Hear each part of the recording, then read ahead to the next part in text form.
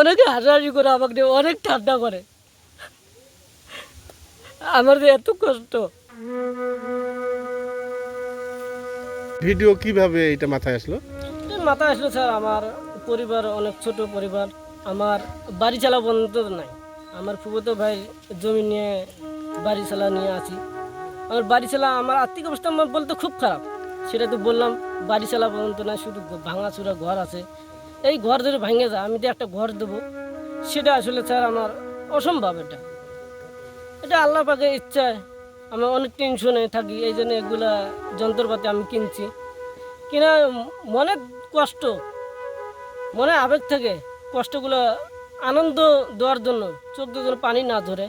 আড়ালে আসলে আড়ালে আমার পানি পর্যন্ত ধরে। এই কারণে আমি ভিডিওগুলো বানাই। ও ও- অনেকে হাসাহাসি করে আমাকে নিয়ে অনেক ঠান্ডা করে। আমার যে এত কষ্ট, আমাদের বাড়ি চালাটা থাকতো, আসলে আমি অনেক খুশি হইতাম। আমি এখন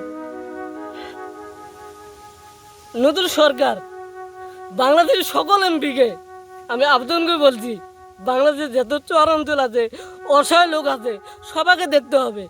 আমি চাই না আপনারা আমাকে দেখেন। মানুষ খুশি থাকলে আমিও খুশি থাকবো, এটাই আমার আদেশ, এটাই আমার কথা। আসলে আমি কথা গুছিয়ে বলতে পারি না। ছোটোবেলার থেকে আমি এরকম মানুষের ভিতরে আনন্দ থাকি মাঝে মাঝে। এটা আমাদের চর অঞ্চলের